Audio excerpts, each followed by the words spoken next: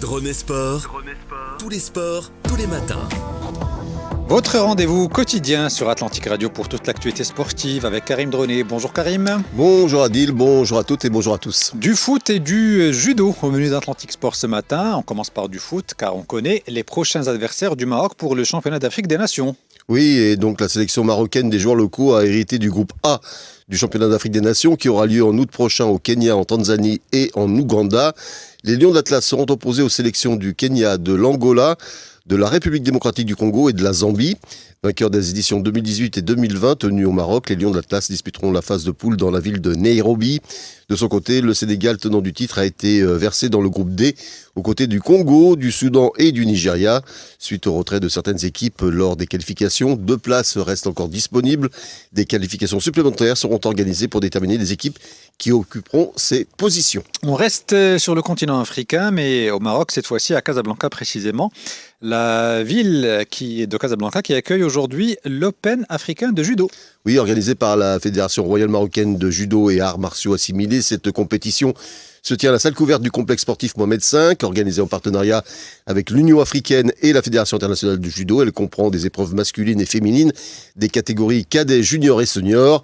Parmi les participants, on retient la présence de 2 judokas marrakchi qui se sont illustrés dernièrement au tournoi national de judo labellisé. Il s'agit de Anas Refaoui, vainqueur dans la catégorie des plus de 100 kg seniors, et de Melilia Brazou, vice-champion national chez les cadets des moins de 48 kg.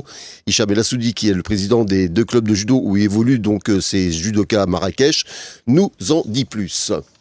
C'est ça, on a 2 athlètes qui participera à l'Open africain de Casablanca. C'est Anas Rafraoui et Melilia Brasso. 2 athlètes qui ont fait premier au championnat du Maroc labellisé et la fille a fait deuxième au championnat du Maroc labellisé. Pour eux, c'est une préparation pour plusieurs tournois, mais c'est un grand tournoi qui déroulera au niveau du Casablanca.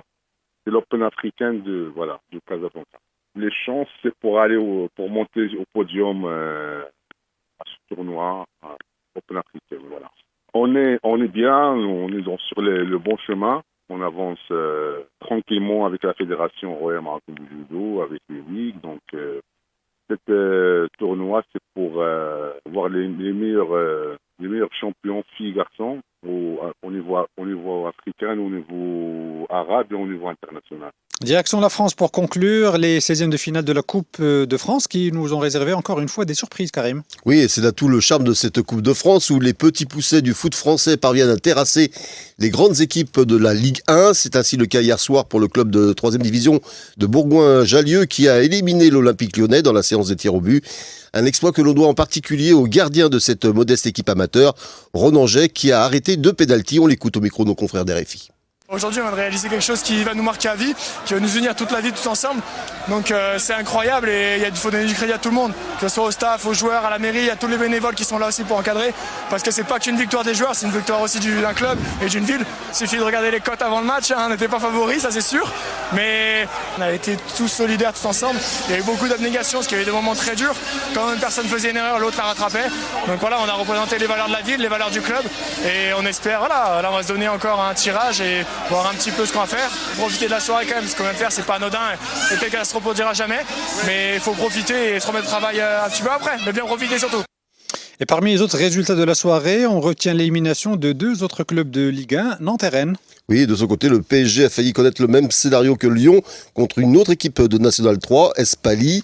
Cette dernière a surpris le club de la capitale dès la 3e minute, puis il a rejoint en seconde mi-temps avant de s'incliner face aux Parisiens sur le score de 4-2 grâce à un but de Barcola à la 88e minute et de Ramos sur pénalty dans le temps additionnel. Merci Karim et à demain.